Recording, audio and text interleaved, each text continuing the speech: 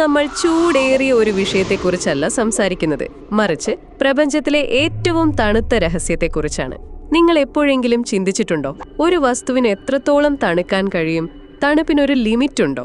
Yes, നമ്മൾ ഇന്ന് dive ചെയ്യുന്നത് ആബ്സല്യൂട്ട് സീറോ എന്ന കോൺസെപ്റ്റിലേക്കാണ്. Let's freeze the moment. എന്താണ് ഈ ആബ്സല്യൂട്ട് സീറോ? നമ്മൾ സാധാരണ താപനിലയെ അളക്കുന്നത് ഡിഗ്രി സെൽഷ്യസിലോ ഫാരൻഹീറ്റിലോ ആണല്ലോ. എന്നാൽ ശാസ്ത്രജ്ഞർ കെൽവിൻ എന്നൊരു സ്കെയിലാണ് താപനിലയെക്കുറിച്ച് പഠിക്കുമ്പോൾ പ്രധാനമായും ഉപയോഗിക്കുന്നത്. ഈ കെൽവിൻ സ്കെയിലിൽ 0 കെൽവിൻ എന്ന് പറയുന്നതാണ് ഈ ആബ്സല്യൂട്ട് സീറോ. അതായത് ഇത് പ്രപഞ്ചത്തിലെ ഒരു വസ്തുവിന് എത്തിച്ചേരാൻ കഴിയുന്ന ഏറ്റവും കുറഞ്ഞ താപനിലയാണ്. ഇതിലും താഴെ തണുക്കാൻ ഒരു വസ്തുവിനും കഴിയില്ല.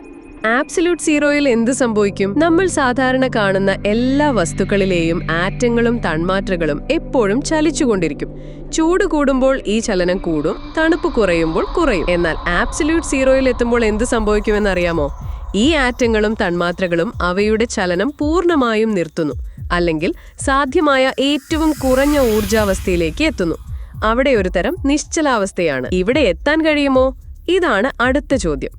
ആബ്സല്യൂട്ട് സീറോ എന്ന താപനിലയിലേക്ക് ഒരു വസ്തുവിനും കൃത്യമായി എത്തിച്ചേരാൻ കഴിയില്ല. തിയററ്റിക്കലി അത് ഇംപോസിബിൾ ആണ്. കാരണം ഒരു സിസ്റ്റത്തിൽ നിന്ന് എല്ലാ ഊർജത്തെയും പൂർണ്ണമായും നീക്കം ചെയ്യാൻ കഴിയില്ല. നമ്മൾ എത്രത്തോളം തണുപ്പിക്കാൻ ശ്രമിക്കുന്നുവോ അത്രത്തോളം കൂടുതൽ ഊർജം അതിനെ തണുപ്പിക്കാൻ ആവശ്യമായി വരും. അതൊരു അനന്തമായ പ്രോസസ്സാണ്. എന്നിരുന്നാലും ശാസ്ത്രജ്ഞർ ഇതിനടുത്തെത്തിയിട്ടുണ്ട്. 0 കെൽവിന് ഏതാനും നാനോ കെൽവിൻ മുകളിൽ വരെ അവർക്ക് എത്താൻ കഴിഞ്ഞിട്ടുണ്ട്. ശാസ്ത്രജ്ഞർ എങ്ങനെയാണ് ഇതിനടുത്തെത്തുന്നത്? ഇതൊരു വലിയ ചാലഞ്ചാണ്.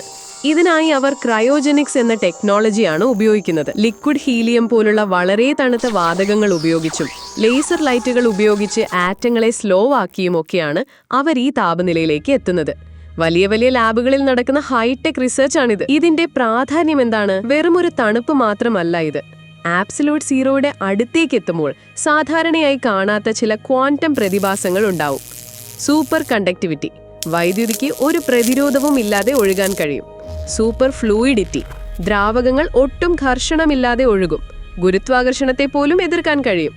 പുതിയ തരം മെറ്റീരിയലുകൾ കണ്ടെത്താനും ക്വാണ്ടം കമ്പ്യൂട്ടിംഗിൽ വലിയ മുന്നേറ്റങ്ങൾ നടത്താനും പ്രപഞ്ചത്തിന്റെ അടിസ്ഥാന നിയമങ്ങളെക്കുറിച്ച് കൂടുതൽ മനസ്സിലാക്കാനും ഇത് സഹായിക്കും.